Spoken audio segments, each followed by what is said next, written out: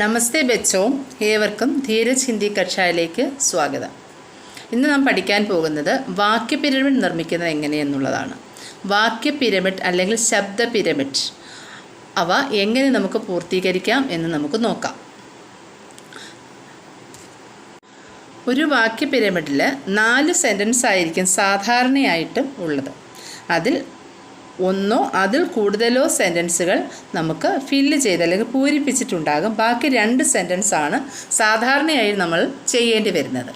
അതിൽ ചില ക്വസ്റ്റ്യൻ പേപ്പറുകളിൽ നമുക്ക് ആ വേർഡ്സ് ഏത് വാക്കുകളാണോ അവിടെ പൂരിപ്പിക്കേണ്ടത് ആ വേർഡ്സ് ബ്രാക്കറ്റിലും ഉണ്ടായിരിക്കും. അപ്പോൾ നമുക്ക് നോക്കാം. ഇവിടെ തന്നിരിക്കുന്ന വാക്യ പിരമിഡ് നോക്കിയേ.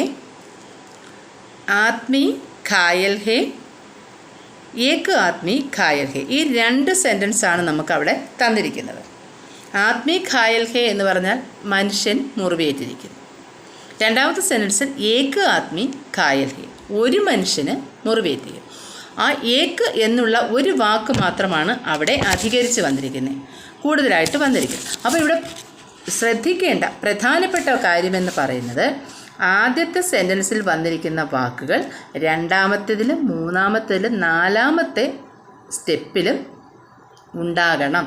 അത് വളരെ മസ്റ്റാണ്. അത് തീർച്ചയായിട്ടും അത് നമ്മൾ പാലിച്ചിരിക്കണം.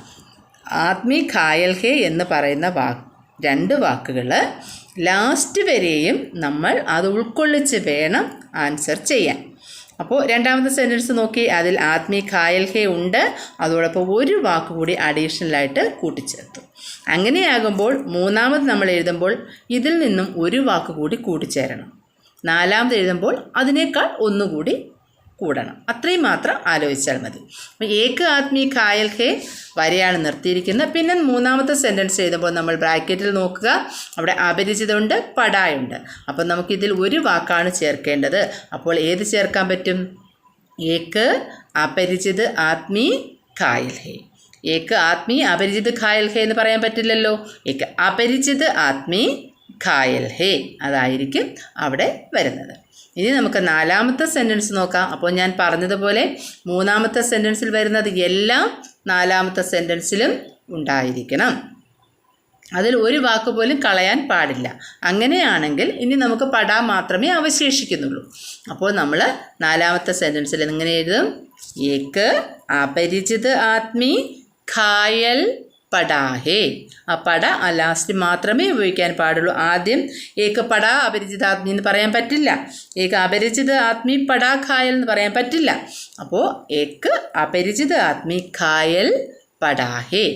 ഇങ്ങനെയാണ് ഈ വാക്യ പിരമിഡ് നിർമ്മിക്കുന്നത്. ശ്രദ്ധിക്കാനുള്ള കാര്യങ്ങളെന്ന് പറയുന്നത് ആദ്യം വന്നിരിക്കുന്ന എല്ലാ വാക്കുകളും നമ്മൾ അടുത്തടുത്ത സ്റ്റെപ്പുകളിൽ ഉപയോഗിക്കണം. അവസാനം വരെ അത് ഉണ്ടാകണം. ഓരോ സ്റ്റെപ്പിലും കൂടുതൽ വാക്കുകൾ ചേർക്കണം. 4 സ്റ്റെപ്പേ സാധാരണയായിട്ട് ഉണ്ടാകാറുള്ളൂ. അതിൽ കൂടുതലുണ്ടെങ്കിലും നമ്മൾ ഈ നിയമങ്ങൾ പാലിച്ചിരിക്കണം. ഇനി അടുത്ത ഒരു പിരമിഡ് നോക്കാം നമുക്ക്. ഇവിടെയും ബ്രാക്കറ്റിൽ വേർഡ്സ് തന്നിട്ടുണ്ട്.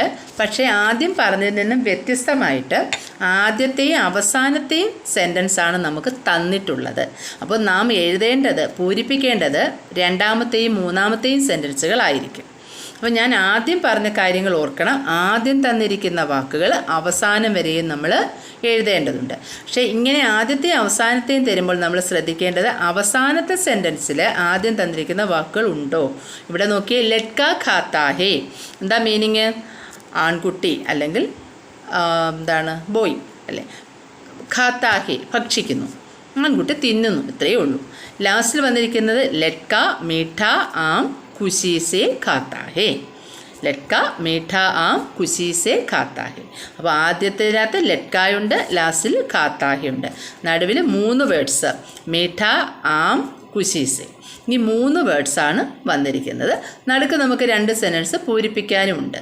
അപ്പം നമുക്കറിയാം ലഡ്ക ഖാത്താ ഹേ എന്നുള്ളതിലൂടെ ഇതിൽ നിന്നും ഒരു വാക്ക്, ഇതിലിപ്പോൾ ബ്രാക്കറ്റിൻ്റെ ആവശ്യം വരുന്നില്ല അല്ലേ. ഇവിടെ തന്നെ ഉണ്ട്, നമുക്കറിയാം, ഏതെങ്കിലും ചേർത്താൽ മതി. പക്ഷേ ഇവിടെ ആം ഖുശീസയും 2ാമിലും 3ലും ചേർക്കണം.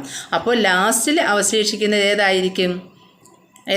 മീഠായാണ്. അപ്പോൾ 4ാമത്തെ സെൻറ്റൻസ് മീഠായാണ് ചേർത്തിരിക്കുന്നത്. അപ്പോൾ 2ാമത്തെ സെൻറ്റൻസിൽ ഒന്നുകിൽ ആം അല്ലെങ്കിൽ ഖുശീസെ ചേർക്കണം. അപ്പോൾ അവിടെ ഏതായിരിക്കും നമുക്ക് വളരെ സ്യൂട്ടബിളായിട്ട് വരുന്നത്? ഏതായിരിക്കും?